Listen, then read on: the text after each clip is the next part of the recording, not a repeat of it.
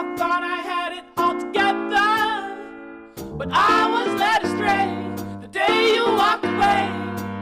You were the clock that was ticking in my home, changed my state of mind when love's so hard to find. Your feelings changed like the weather, went from clear to gray, all that time to pay. How can I go on with a cup falling apart? Love's so hard to find when someone's on your mind. Listen, baby, your wish is my command.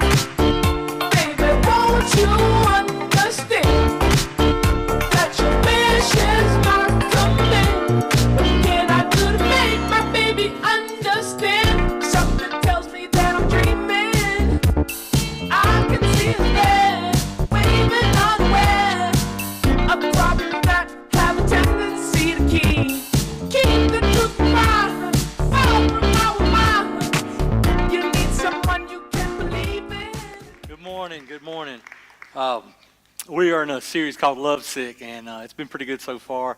A lot of really good feedback. People taking steps around here, man. I don't want to brag a little bit. I want to brag on the Lord. We've got at least 4 guys from our life group that are getting baptized. Men. You know what I'm talking about? That's a big deal. I'm proud of those guys taking steps and just, man, they said, man, what better way to do that than to be baptized. So we're ready to celebrate. I know AJ's got some students, man. There's probably still people signing up, so we can't wait for next week. But I'm going to try to pump the brakes today and enjoy this series. We're talking about relationships, man, and that is a tough topic, man. People, it's a sensitive topic, and people aren't really ready to talk about it a lot. But, man, it's one of those things, it's one of the most important parts of life, man, that you want to get right, that can be really good if you get it right, but can be really bad if you get it wrong. And so, listen, Valentine's Day is coming. I'm just trying to help. That's my job here, try to help me help you. And so, listen, I got to be honest. If you haven't picked out a Valentine's card yet, they're slim pickings, and you got to get on it. So today might be the last day to get one. I don't know. Otherwise, you're going to have to make some homemade ones, okay, some homemade Valentine's cards. So I thought, man, I'll just give them some ideas, right? Because I got mine back the day after Valentine's last year. You know, I already got mine, so I'm good to go. Yeah, I'll sell the good ones to you. That's what I'm going to start doing. Set up a little thing out here, $20 a piece. So we got a couple ideas. Just going to put a couple cards up. These are some good ideas. Put the first one up here. Yeah. You better be my Valentine, right? So, you know, that's not a bad idea. So you might want to take a picture of that, go home, make a card out of it. Put yourself on the butter. Can you Photoshop yourself? Let's go to the next one. We need more ideas.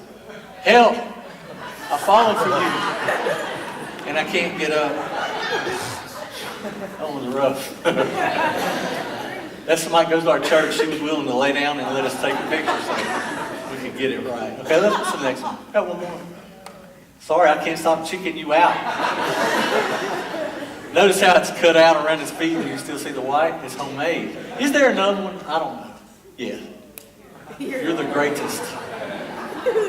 The greatest. Little heart-shaped grapes. Okay, that's plenty. Let's stop there. I'm going to give out all the ideas. But listen, you got to be thinking about this. It's got to be intentional. When you are loving somebody, you're trying to show them their love, it has to be intentional. And so we're going through a book called the Song of Solomon. And some of your translations at the top of the book says the Song of Songs.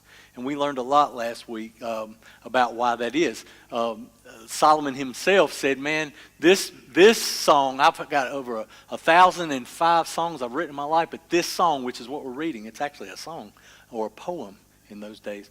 And he's saying this is the best one. So it's the Song of Songs. It's the best. It's the best. So it's a good series to take some notes. There's a lot of allegories, a lot of illustration here that they would have understood back in their day, but it'd be hard for us to understand. So I've tried to help you out by trying to make some sense of it. I'm going to try to explain some of it to you, because things like your hair is like a flock of goats will not work for you on Valentine's. Don't even try it. Don't blame it on me. But it does have beautiful meaning when you know what to look for, and I'm going to help us out with that.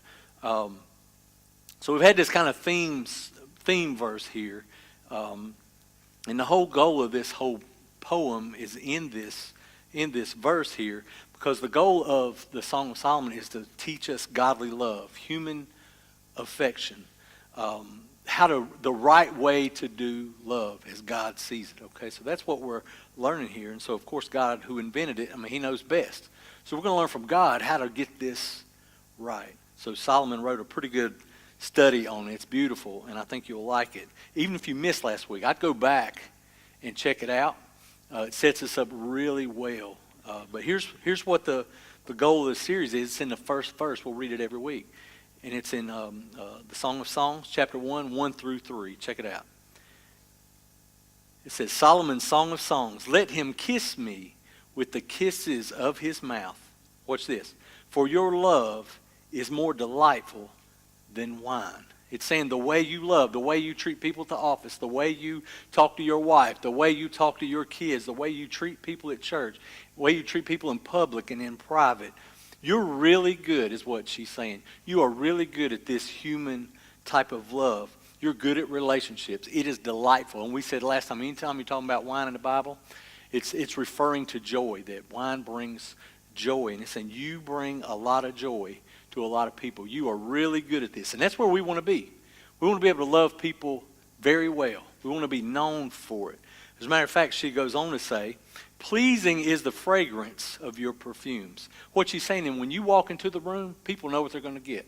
They're going to feel loved by you. All you've got to do is show up because you make it a better place. That's what she's saying about him, that he loves well. So we should pattern ourselves after somebody that loves so well. It goes on to say your name, and she's talking about your reputation for love. You're so good at it. Your reputation is like perfume poured out. It's saying, hey, as soon as I walk in a room, I can start feeling it. Now, I don't know about you, but I had a third grade teacher, and she wore a lot of perfume. And you get to the point where it numbs your sinuses. You just got used to it. But then you could tell, look, we knew we had a substitute teacher because you didn't smell her perfume. You know what I'm saying? And so there's some people that wear it too much. It's not in a bad way. She's saying this is the good kind of perfume and a good kind of fragrance, is that, man, people know what they're going to get from you. So she says, no wonder the maidens love you. She's saying, but they can't have you because you're mine. But I appreciate the fact that you love so well. It makes all the ladies jealous because you love me so well. So today, Solomon and his love interest, they're in a dating relationship. That's what's going on today. That's where we're picking it up. But if you're not dating or already married, don't check out. Because you're going to see your role in this today. We all play a role. You're going to see how we kind of come together on this. You'll see why. And next week, we're going to actually talk about them getting married. And move from dating to getting married. We're going to see that honeymoon night. And that's the week where you be sure to take your kids to Revolution Kids. Because like I said last week, it's going to be spicy.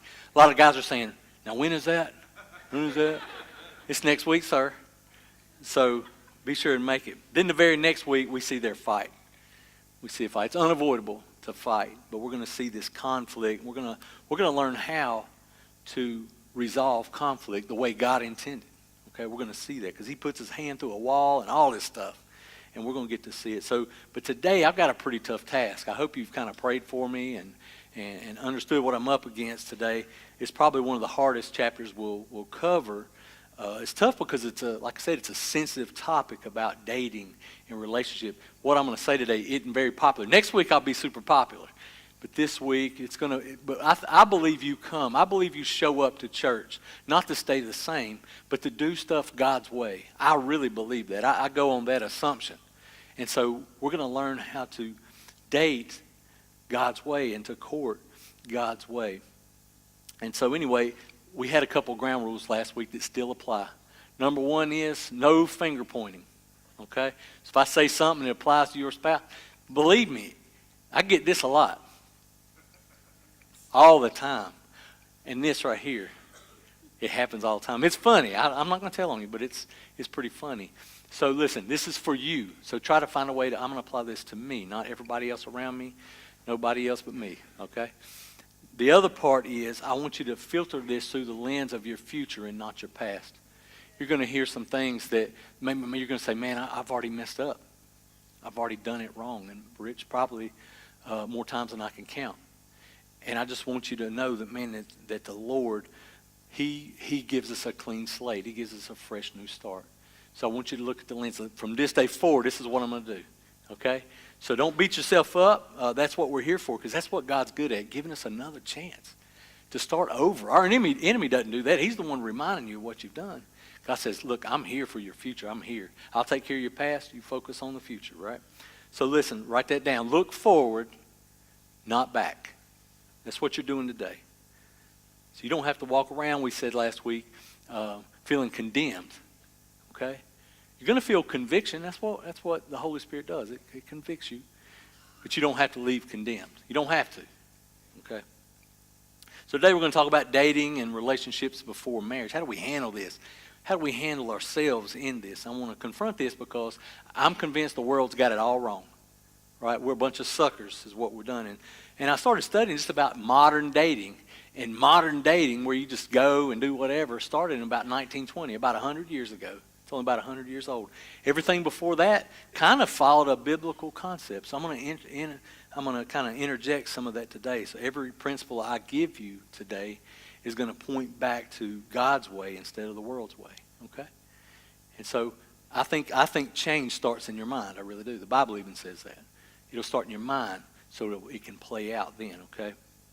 And I know I'm getting a little bit older. My kids are older, and I'm pretty sensitive to dating and other guys in their life. But I just think that God knows more about relationships than TV does. You know what I'm saying? Is Lady Gaga dead? Is she? I don't know. I honestly don't know. Is she? She's not. She's alive. Okay. I would have made it really weird. I saw her giving relationship advice, and I thought she was dead. Don't tell her I said that. But I thought, this is weird. But plus I thought she was dead. Anyway, I believe the Lord knows more. So we're going to try to do it God's way. Okay, that's what we're here to do today. Sorry. That should have been a rhetorical question. It didn't matter. But it's really painful for a lot of people, especially single ladies. I see a lot. I'm around a lot. They're friends with my wife and my family and me, and a lot of time I see people that you don't even know that they're single. They're really frustrated, and it's tough on them. And there's a whole batch of guys that haven't caught up to where they are, and that's a frustrating thing for them, right? And so it's painful to hear sometimes, because sometimes it seems like there's no way out. Like, what do I do? Well, is God mad at me? Am I not attractive? Do people not like me? All these things happen to them. So we're going to do our best today to kind of put that in perspective. And because a lot of times some of their friends are getting engaged, right? And they go, oh, look. You know what I'm talking about? They put it on Facebook and do this. And all of a sudden when they talk, they're talking like this a lot. They want to show that ring off. And sometimes you're going, right? Because it's not you. And I started thinking, man, maybe. My wife just got back, so I got airport jokes galore. But, man, am I unclaimed baggage at the airport? You know what I'm saying? You ever seen that? It's that lonely thing that goes around the carousel, man. Does nobody want me? And I know it can feel that way. So I am sensitive to it. I understand that. But, and I hear these comments from the single ladies. Say, man, if I hear one more person say, when you get married, you're next, right? Your aunt sits beside you that you're at somebody's wedding, and they're telling you, you're next, right? And you just want to punch them, but you can't. Mainly because you're at a wedding. But the main reason why it's so messed up, modern dating type of thing, listen, I kind of wrote it out just so I will never have to date again, so I don't have to worry about it too much. But I'm connected to it in some ways. So a boy meets a girl, or maybe you meet them on an app, I'm not sure nowadays. And they get together, decide to go out to eat, get a meal, and it's really expensive. The guy panics, but he pays anyway. And they end up at each other's house or apartment, right? And the next thing you know, they're kissing. The next thing you know, they're laying down. Next thing you know, a little bit down the road, they're saying, why don't you just stay over? And the boy says, oh, I'd love to. And then they start playing house, really. And I'm not even kidding anymore. Is start treating their relationship like it's married when they're not. without the commitment. And they end up doing this for a period of time until the boy meets another girl and the girl meets another boy. And they just repeat that process over and over again until one day the boy meets a special girl. Right? This is the one, or the girl meets a special boy. And this is the one, and they get married. But a few years later, they get divorced. And they wonder what in the world went wrong. What went wrong? And it's actually pretty simple in a lot of ways. And it's kind of the motivation for this message is, write this down. You play like you practice. You play like you practice. And some of y'all are like athletes. If you were an athlete at any level, you had to have a coach that said practice is important. Practice is really important. You don't get to play if you don't practice even. Right? I heard it all my life. That's because you play. When you get in the game, when it gets for real, you're going to play like you practice. If you didn't practice right, you ain't going to play right. All right? So you play like you practice. And I've been in ministry now for about 20 years, this student ministry. I've been at the different levels. And I kind of understand. I've seen it play out. So we understand this principle, right, that we play like we practice. We understand this in most other areas, like in money, like in academics, like in jobs. You know, we buckle down now, you know, when it comes to money. If I save now, I'm going to be able to enjoy it. It's tough now to do that, to invest and to be smart and to save or whatever, but it's going to benefit me for decades down the road. Same thing with your academics, man. It's hard, right? Like, get up and go to school. Because if you get up and go to school enough over time, listen, your life's going to have in most cases, going to have a better quality if you put in the work now. You do the homework now, you do the hustle now, it's going to pay off. But it's hard to see that because we're short-sighted, right? And the same thing goes with our jobs. You know, if we do a good job, man, it's somewhere down the road, there's going to be payoff. If I do the hard work in the beginning. And so it's only in relationships that we don't apply that. That we don't say, man, there's work on the front end. There's things to do, specific things. And it's not going to be easy and it's going to be difficult. But in the long run, if you do this, you're going to be able to enjoy relationship bliss for decades. Right? But you got to do the work up front. But we've told generations for a long time now that, hey, man, you're going to get tied down. You might as well enjoy yourself. That's what we tell them. Go have some fun right now. And we really have a generation that thinks, man, I'll just play the field for a while till I get it all figured out. And the answer to that is no, because you play like you practice. There are implications. There are impacts. There are consequences of how you treat your before marriage life. Okay? So, boy, it's quiet in here. I love it. But I'm convinced that relationships are the most important area that we need to have focus and discipline. Because jobs come and go, money comes and go, right? And education's not everything in the world. But man, I'm telling you, you don't want the type of relationship stress that comes from this. Okay, we want to get this right. It takes the most focus and discipline in this area. Relationship's the most important part of life. I really do. You know, when you die, you're not going to worry about how much money you made. You know, you're going to worry about the people that are around you. So if you make some good decisions now, we can have decades and decades of benefit from it. And that's God's way. I know there's a world's way, but write this down. God has a better way. God has a better way. So I'm going to show you a verse that's outside of the Song of Songs, the Song of Solomon. It's outside of that, but Solomon still wrote it. It's in Ecclesiastes 3:1. This is what it says.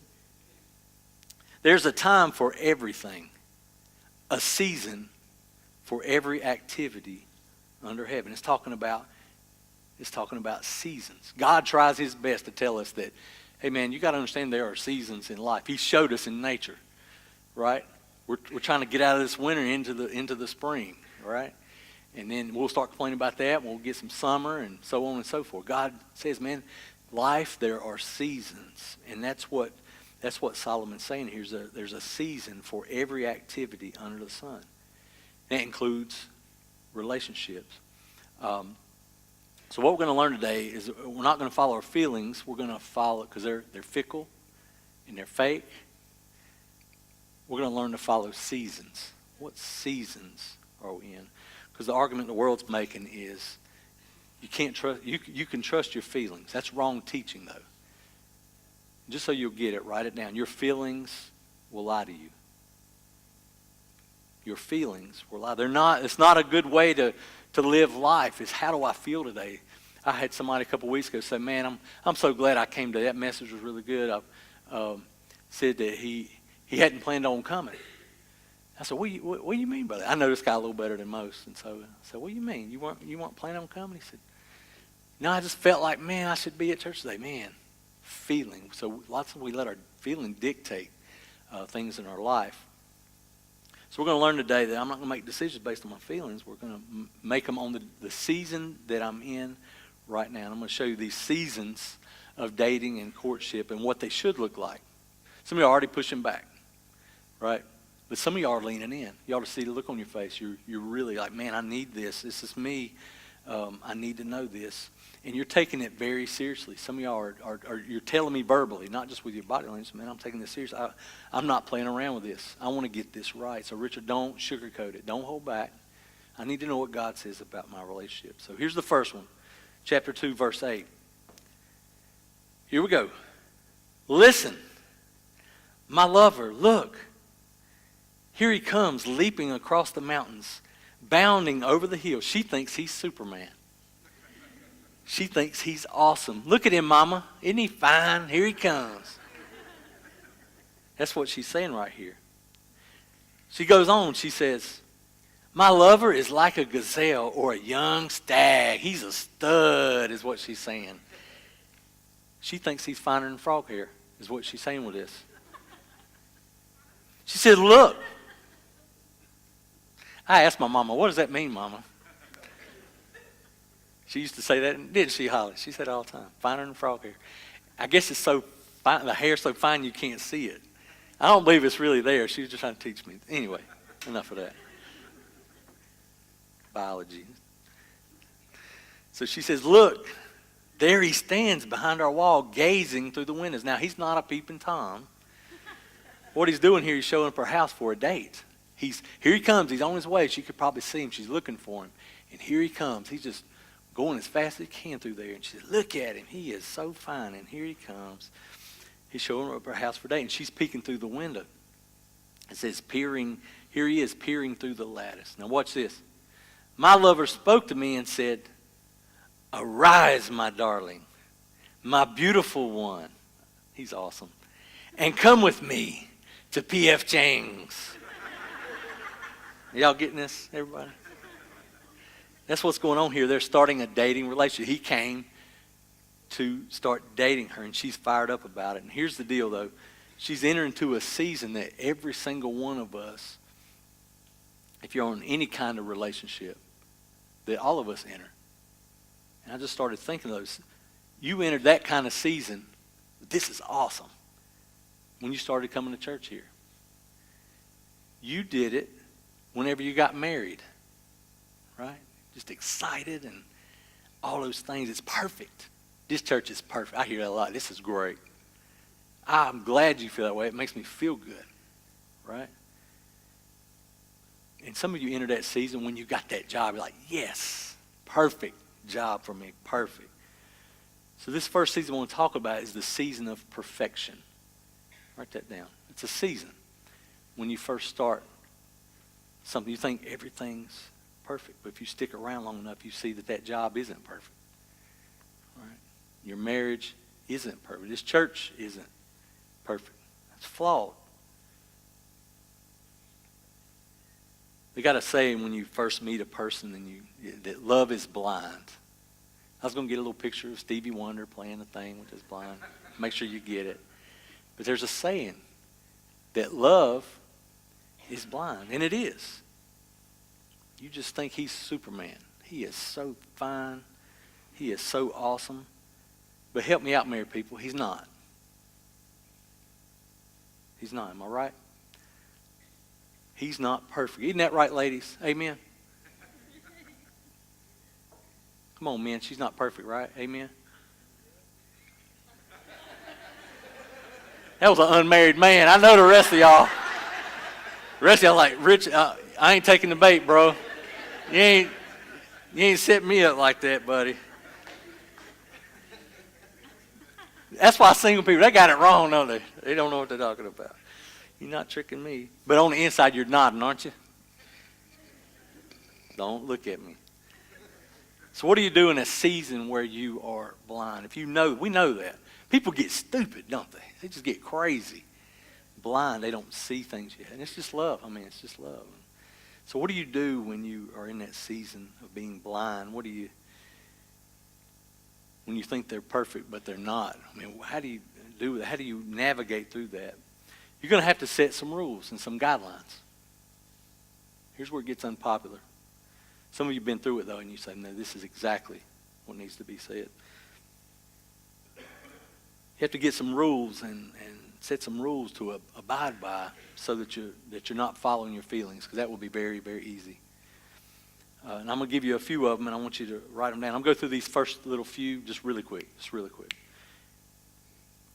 Here's the first one. When you start that process, man, he's perfect. She's awesome. She's great. This is it. Right? You got to pump the brakes. You got to limit your time. Limit your time. And out beside that, put alone. Spend the time you spend alone with that person. You got to be careful that you don't get off alone, because the enemy, man, he'll tempt you and test you and pull you into something that's before its season. It's a right feeling. Listen, God put that into you. But what we learned from Solomon just a minute ago is it's a good feeling, wrong season. Right? To jump in and pretend like you're married all of a sudden. You got to get in groups. There's one thing you can't do in group. Well, keep going. Come on, somebody. Help us, Jesus. All right. When you get out there alone, the game changes. Right? You got to start thinking groups. You got to start thinking mission trips. You got to start thinking getting around your friends, sitting on the front row with your friends. I know this sounds old-fashioned. I can't believe it's coming out of my mouth, but it's just true. We've got to limit that time. There's other ways and other settings to get to know each other. There'll be other seasons later. You say, man, I just don't think straight, man. I just start falling head over heels, and I get blind, and it just moves too fast. I got this pattern. I just want it so bad. I feel like we can make it. And you gotta say, man, I got to limit my time. I've jumped in it too soon in the past. Here's the next one. You got to limit your talk.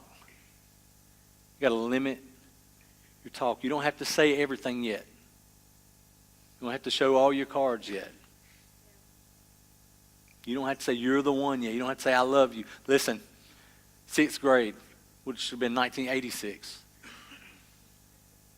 This girl said, will you go with me? And back then, they didn't have text just yet. So she sent the little thing, folded up 100 times, and it said, will you go with me? And it says yes or no. Of course, I wrote in, I guess. I checked that. And I'm telling you, I sent that thing back, and before I got in my mama's car, she already said, I love you. Call me when you get home. I'm like, I don't even talk on the phone yet. She was talking about naming our kids. I'm like, I just want to go home and watch He-Man, He's talking about having kids and stuff.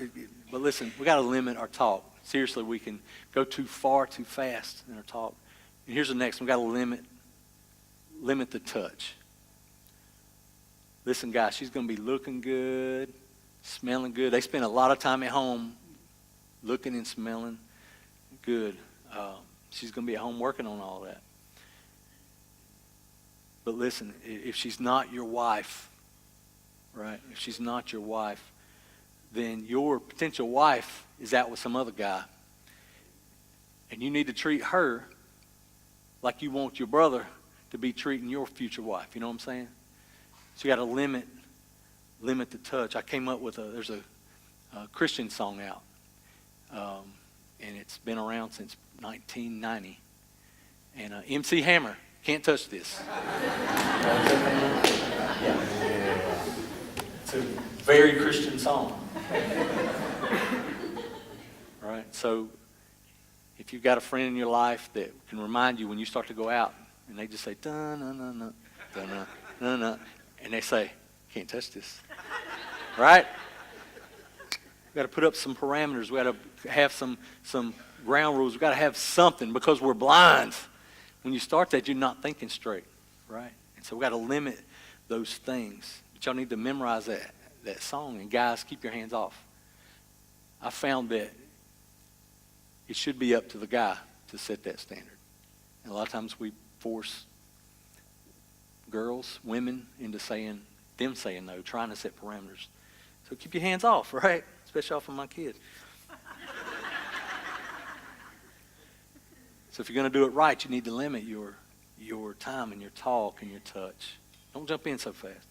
So watch the next season here. Watch this seasonal language too. It says, see, the winter is past. The rains are over and gone. If you think about winter, I started thinking yesterday just about winter. I got to get out a little bit lately because the weather's been a little warmer. But I was cold yesterday. I'll tell you about that in a little bit. Burning sticks. I'm like a pyromaniac. I got this little, some of y'all got the big kind. I got the little one like this. And I'm cutting trees down and sticking them in the thing and making a fire, you know. And so I think I've been inside all winter. I'm tired of it. I got cabin fever.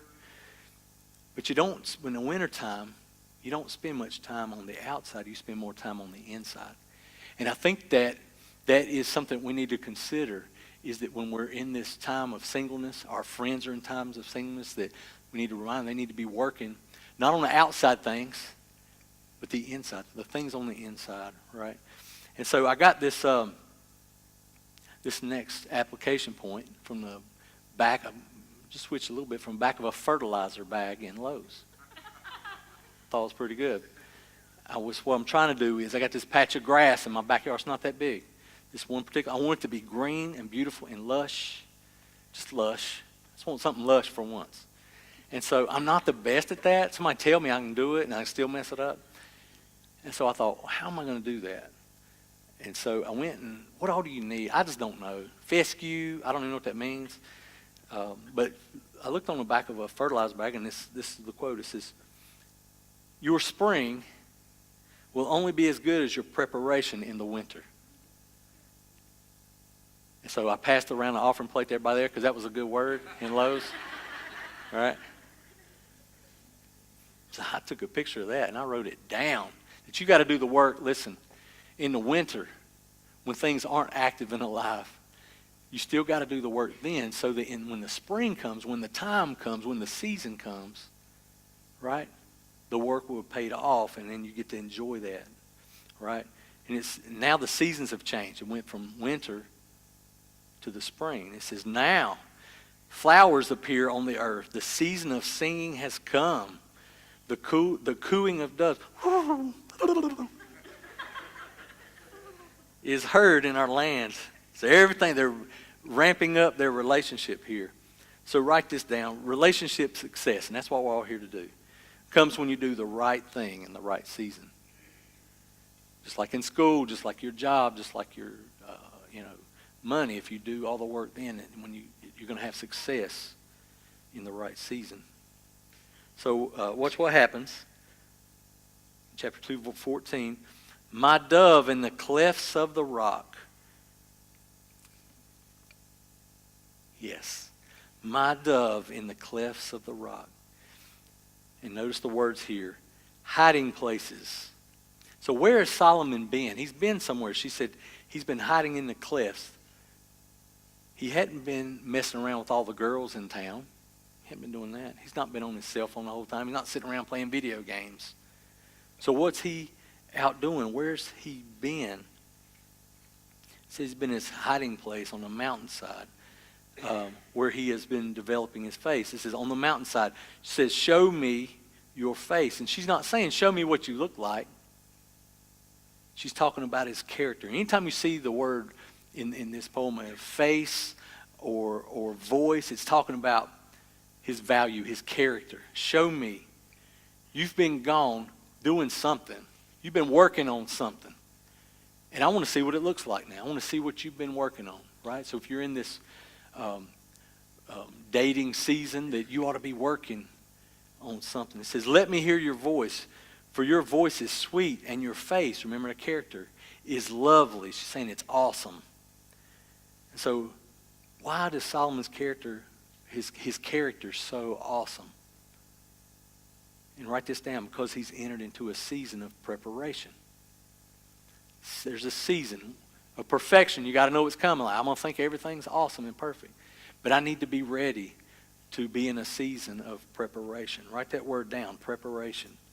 And I'm going to show you this kind of principle, and I think it needs to come back into society. I think it needs to come back in our church and our families and our friendships.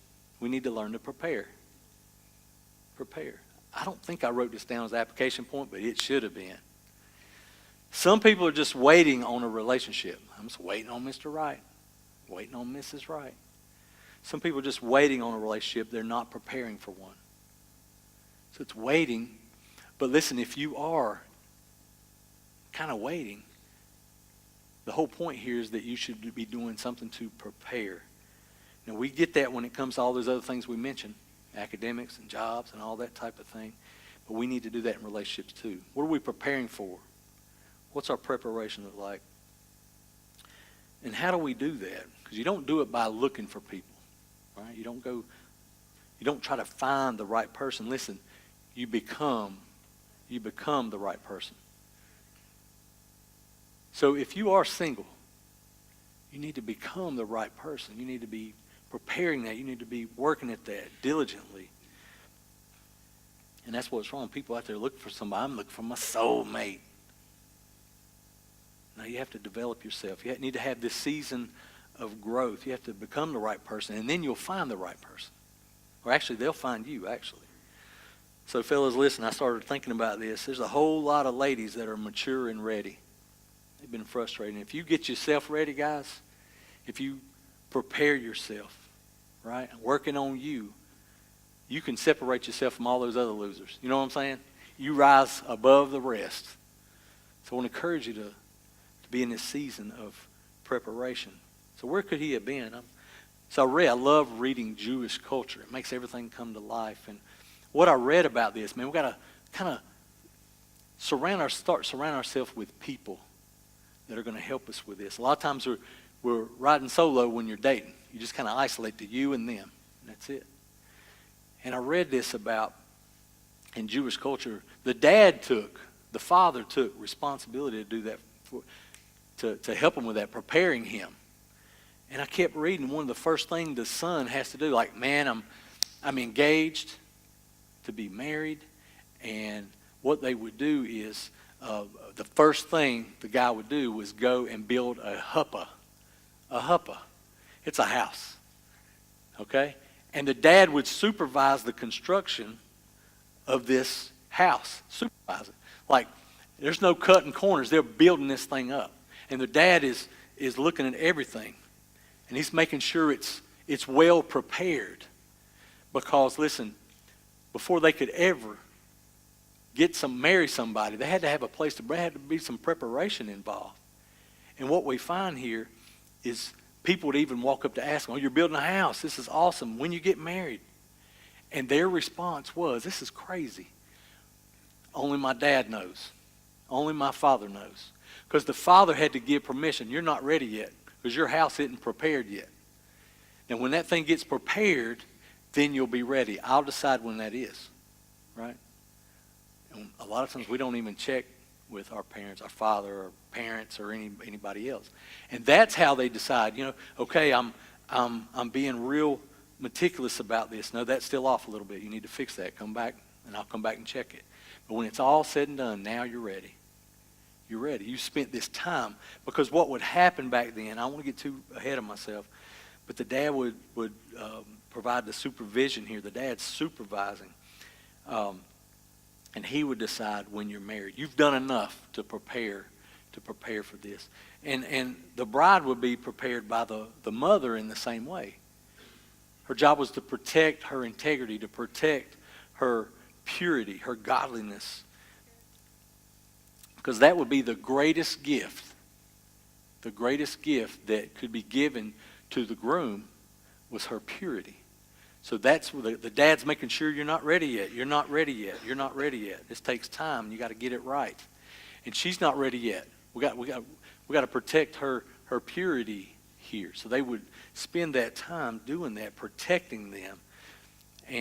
But when the engagement was announced, I read this. This is so awesome. It's going to change some future for some of you. When the engagement was announced in Jewish culture, they would take a year-long fast from each other to do things like that. You doing that, I'm doing that, we're having this fast. And a group of men would be watching the groom. They would be assigned to watch the groom. And a group of women would be watching this future bride. So not just the mom and the dad, but inviting other people into it again, is making sure that their purity is protected, that they would walk around them and walk with them. And friends, we need to do that for your friends. Your friends. And you need to be able to talk to them and say, hey man, where you been? Why were you out so late? What are you doing with your time? What are you doing? Why'd you go there? You don't need to be there. Do you have those kind of friends around you that are protecting your purity, that are protecting your future here?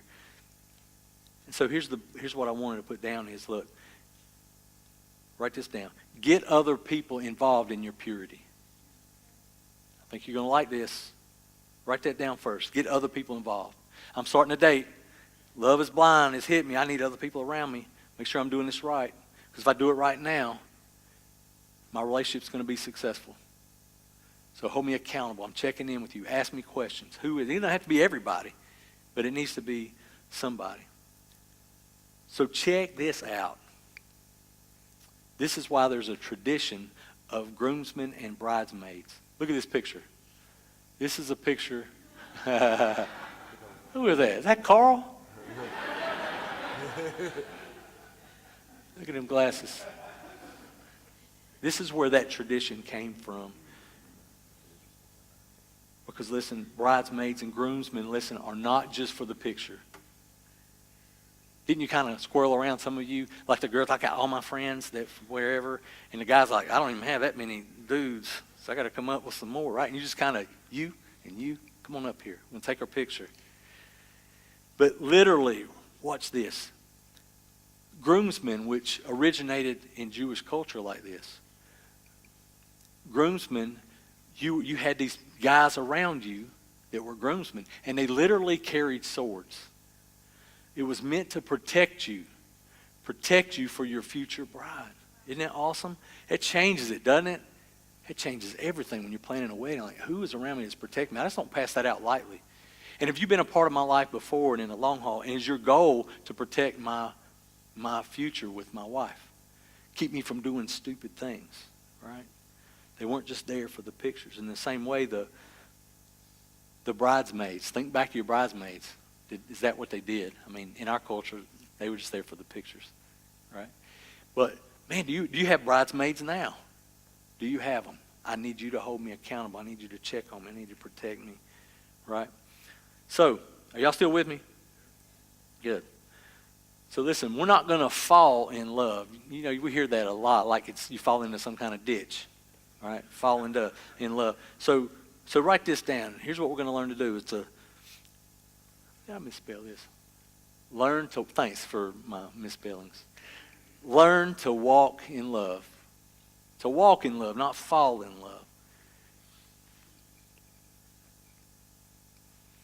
One way to walk in love. What do I mean by that? There's a really good filter out there. Is he the one? Is she the one? Does she have the character that this lady's talking about that Solomon has? It's one way to walk in love is develop love for other people by serving other people. By serving other people. That's why we're so interested in you serving. Listen, we could probably replace everything we do with somebody else. So we don't need you to serve. We need you to serve. But there's something in it for you when we say serve. It's not just to get some job done. There's something that happens because serving is preparing. Listen, if you're single, you ought to be the first one in line to be serving. I need to practice loving people. And you do that. I need to be, when I'm out there in the rain, making sure people get parked and feel welcome, however it is you're doing. You're practicing loving people. So here's a heads up. When you're trying to choose somebody, is this the one? Is that the one? Does this have a future?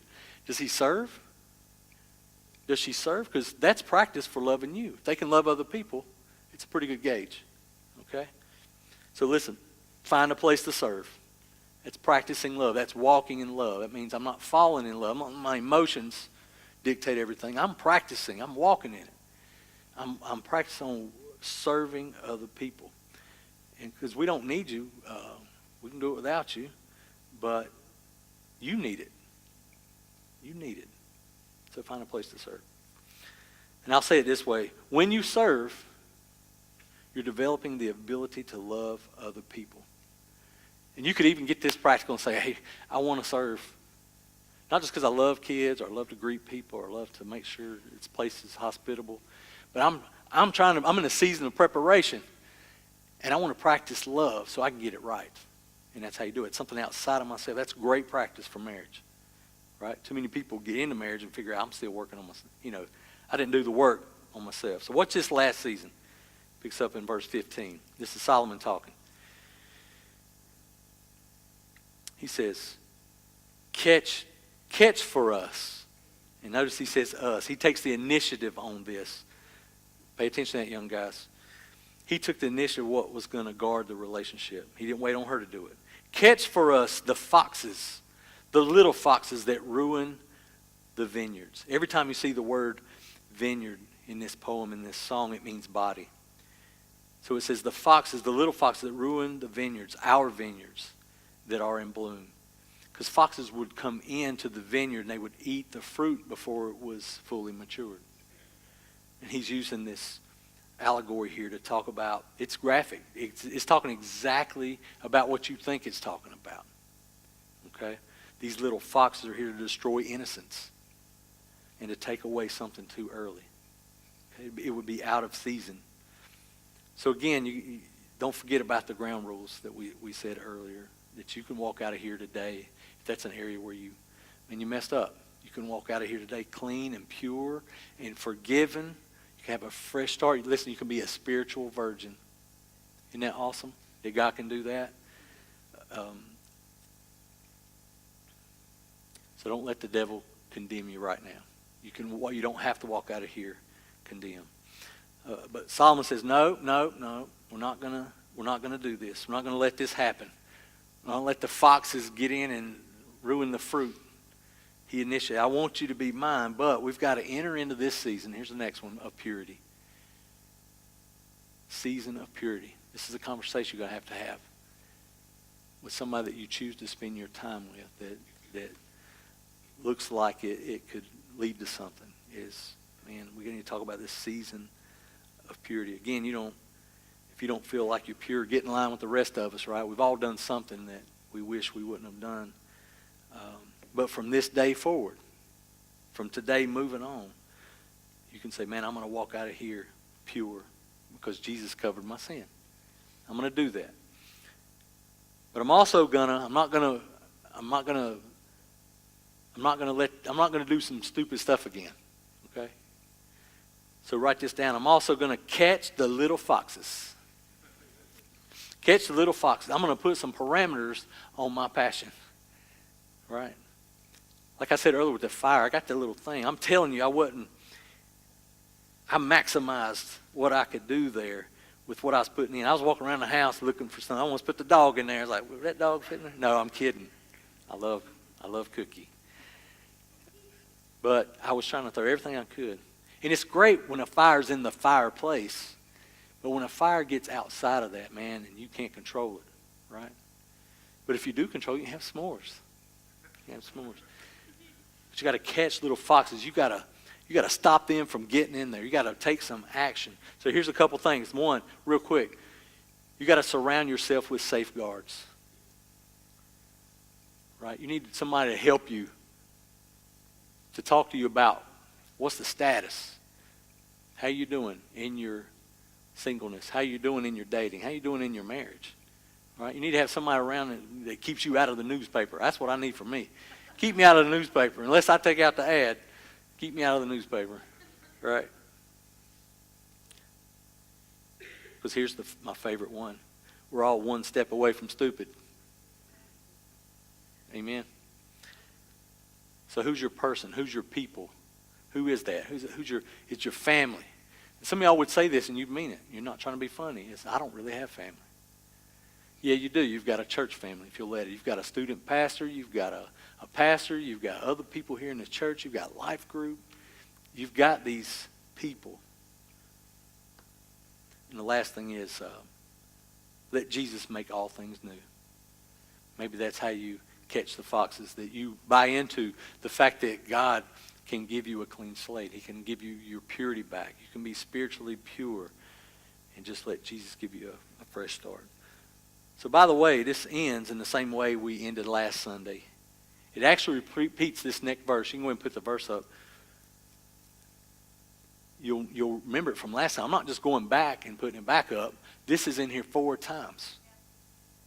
That means something important. Every time there's repetition in Scripture, it means this is important. This is important. This is important. So it ends the last time we did last time. It says, daughters of Jerusalem. And this is Solomon. He's taking the reins. And I'm convinced, guys, you need to take the reins. Instead of just a girl saying, I don't want to go there. I don't want to do that. Let's wait. Let's practice purity. Initiate it. It's wisdom from Solomon. You need to be the one initiating that. Daughters of Jerusalem, I charge you by the gazelles and by the does of the field, do not arouse or awaken love until it so desires.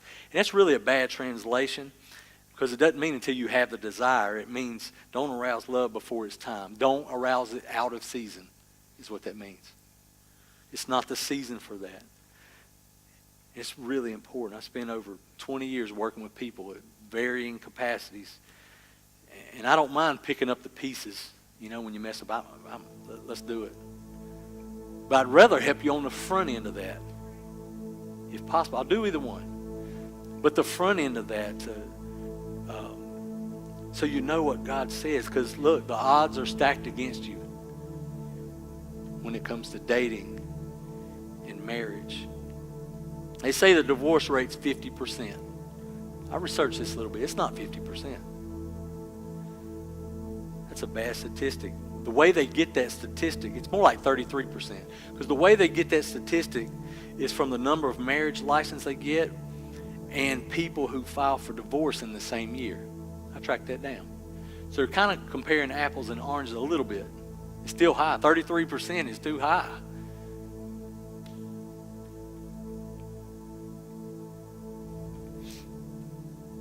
It's somewhere around 1 in 3. 33%. It's still too high. But we wouldn't take those odds anywhere else, would we? This thing's got a 33% chance of failing. Got to get this right. You wouldn't go to the airport, right? And them say, yes, we have a flight. 1 out of 3 is not going to make it. It's going down. You're like, oh, I'll walk. Right? You wouldn't take those odds. If somebody said, hey, here's a delicious meal, but you got a 33% chance of dying. You're like, I'm on a fast anyways. I didn't even need that. Right? We don't take those odds. Why would we do it in this area of our life in relationships? And I don't know if you know this, on a major university, an Ivy League school, did a study on how can we increase the chances of marriages surviving. And this is a secular university. Secular meaning it's not a religious-based thing. It's in a church coming along and saying, here's what they need to do. They did the study on it over time. And this is what they said, that you could change your odds from 1 out of 3 chances that it's going to fail to 1 out of 1,126%. Not percent, number. And this is what they said. They said, here's how it happens. We just asked people. We try not to be biased. We just said, what seems to be the difference maker? And here's what it was, that you pray together. When a couple prays together, when they discuss their Bible together, and when they attend church together. We don't absolutely love this, but we're just trying to put out the stats, and that is the difference maker. That makes the difference. Maybe God does know how relationships are supposed to go. So how do we change the divorce rate from 1 out of 3 to 1 out of 1,126? How do we do that? Write this down. The key to building a great marriage, not a mediocre marriage, not one that barely survives, but a great marriage, is living a God-first life. It's kind of a hot term now, a God-first life, a God-first life. That means putting God first in your life. I love the word. It's easy, right? That God is number one in all the areas of your life. That gives you a chance to make it. God says, I've got the best way for this. I know what works.